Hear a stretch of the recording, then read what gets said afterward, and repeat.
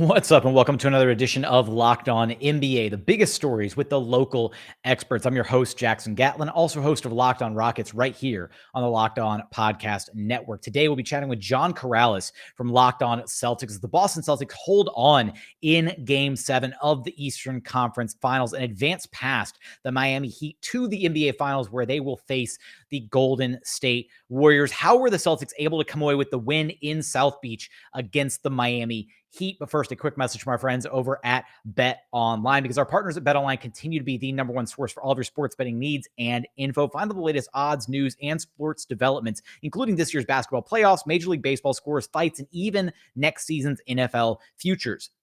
BetOnline is your continued source for all of your sports wagering information, from live betting, NBA playoffs, esports, and more. And speaking of playoffs, right now, you can go check out the odds for Game 1 of the NBA Finals right now. The Golden State Warriors minus 166 favorites over the Boston Celtics in Game 1 of the Finals. So head to their website today or use your mobile device to learn more about the trends in action available to you. BetOnline, it's where the game starts. Joining us now is John Karalis from Locked On Celtics and Locked On NBA, live from South Beach, where the Boston Celtics emerged victorious, beating the Miami Heat by a final score of 100-96 to advance to the NBA Finals. John, Larry Bird, Eastern Conference Finals MVP, Jayson Tatum has a pretty solid ring to it, doesn't it? Yeah, it's a wild. It's kind of wild that this is like the first Larry Bird trophy. Of course, it's supposed to go to a Celtic, right? It's supposed to go to someone who's wearing the green and the white, and so for it to go to Tatum is very fitting. You could have made a case for some other guys, but whatever, it's fine. Jayson Tatum, very deserving candidate, and I think the fact that multiple guys could have been chosen speaks to just the way this series played out. But Tatum, a guy that has already broken some of Larry Bird's records and is chasing a bunch more. And the one thing that he's chasing that Larry Bird has and Tatum doesn't is that ring. And now he has this opportunity to go get that first one.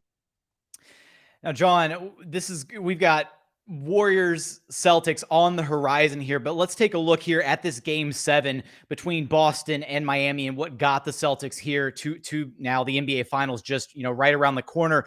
This was a game where the Celtics won. It was a wire-to-wire victory for the Celtics. It led the entire way, but at points in this game, especially in the second half, Miami really digging back in. At one point it was 82-79. At one point 98-96. There was a chance there, Jimmy Butler, in the closing moments of this game to take the lead off of a three-pointer that wound up not going in. How much resolve did the Celtics show by responding each and every time that the Miami Heat would go on these big runs to find themselves back in this game? So, yeah, a ton of resolve. I won't call the the end of fourth quarter one resolve. I will call that just a break. They caught a break on that one. But look, the Celtics have been a resolute team all season long, or at least since January, when things started to snap into place for these guys. The way they were, first of all, it starts with the way they came out in each half, because they came out strong in the first quarter, they came out strong in the third quarter, and they built these huge leads that made it so they could withstand the comebacks. And that's the important thing.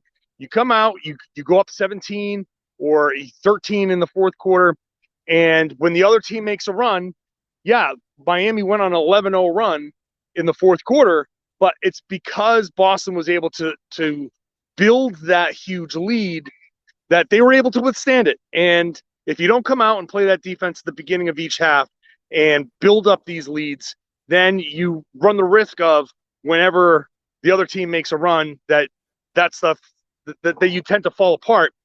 The Celtics, in the last few minutes of the game, when Miami went on their 11-0 run, got super stagnant, and they played very much not to lose. They very much were trying to wind down that clock. And when Jimmy Butler went up for that three-pointer, I just knew that thing was going in. I knew it, and the fact that it didn't, I was like, I was in shock. All of us in press row were in shock that Jimmy missed that, because that, after everything the Celtics did, that deserves to go in for Miami. And it's just, I think the Celtics wearing Jimmy down a little bit, he just didn't have enough to get that last shot to fall. I mean, he had played 47 and a half minutes by the point that he hoisted that shot up. And I'm Crazy. sure that there was, I don't know if you could have like a negative amount of energy in your legs, but like maybe it was about that point for Jimmy Butler. But when you look at, John, when you look at the Celtics kind of big offensive trio in this game, Tatum, Smart, Brown, all going for 24 or more in this game. Tatum and Smart kind of struggled a little bit from the floor. Tatum, 9 of 21, Smart, 8 of 22. Jaylen Brown, I felt like in this game especially, was the one who had so many timely buckets, really getting into kind of those seams of the Miami Heat defense, especially when it came to transition. Just how good was he offensively here in this game 7? Yeah, I thought he set the tone early, man. He was really good. I think he benefited when they tried Tyler Hero. What you got was Jaylen able to drive without Victor Oladipo's hand slapping at the ball. And those few Tyler Hero minutes, honestly, I think killed Miami early on. I don't think that should go unnoted that when Hero came in, things really went south for Miami, aside from one good pick and roll that they got for Bam Adebayo. Jaylen has been struggling with the turnovers all series long, and especially with Oladipo in there just slapping at his hands. There was one drive I remember in particular in the first half where he drove and Hero just didn't come over to help at all. And I think Jaylen might have gotten an and one. He definitely got the layup. So without that extra interference and just a little bit more clear of a path to the lane, I think Jaylen was able to really take advantage of that. If anything, if I can really criticize the Celtics here for that fourth quarter stretch that I was talking about before, it's that Jaylen Brown only got one shot in the fourth quarter. That offensive foul that he committed late was, I think, a result of him being frustrated by not getting the ball. The Celtics, when they get now to Golden State, they can't have those long stagnant stretches. They're going to get crushed in those stretches. I mean, 11-0 run for Miami, it'd be a 20-0 run for the Golden State Warriors. So they got to make sure that when Jaylen's got it going the way he had it going in this game, they keep feeding him, make sure that he keeps getting involved. Very important to keep feeding the hot hand when available. But John, Ime Udoka here, first rookie head coach in NBA history to win multiple game 7s. Now he's on the way to his first NBA finals alongside this, relatively young Celtics core, although you've got, Al Horford, who's the veteran of the bunch, all this, but just what has this journey been like for Ime Udoka from the moment he was hired to where they find themselves now? This has been a long, tough road. In a way, it's kind of indicative of Ime Udoka's NBA journey. He never had it easy in the league. He was always fighting for that next contract. And so why would his first season as a head coach be anything easy, right? They struggled so much trying to figure things out earlier in the year, right? They immediately they had COVID, and Jaylen and Al Horford get, sideline at the beginning, and they never could quite get going. They never got it. They never found that footing of buying fully into what Ime was doing until it was just drilled into them over and over and over again. And Jayson Tatum even referenced it in the postgame here, that loss, that blowing a 25-point lead to New York and RJ Barrett hitting a three-pointer in Tatum's face. That was the low point. They've referenced that game multiple times this season. And finally to have it click and have everybody go, okay, fine. You're right, Ime. We'll defend. You're right. We'll move the ball. And then all of a sudden stuff starts to click. But just vindication at that point. a little bit.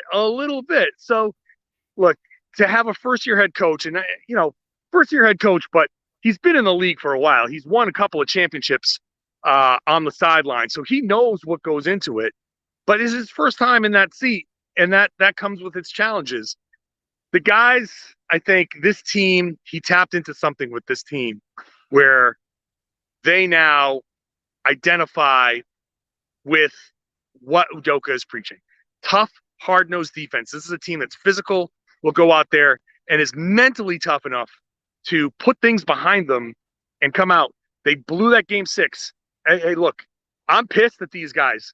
I don't want to be here. I didn't want to be here. I wanted to be talking to you before. I didn't want to be here in Miami. I want to be home. It's Memorial Day weekend. But as pissed as we all are, and all of our, all the writers here experiencing flight delays and all of these short turnarounds, the Celtics are able to put this emotional side behind them and say, you know what? Okay, we blew it. We got a game 7. We have an opportunity. And they came in here and immediately set the tone. And again, this wasn't easy either.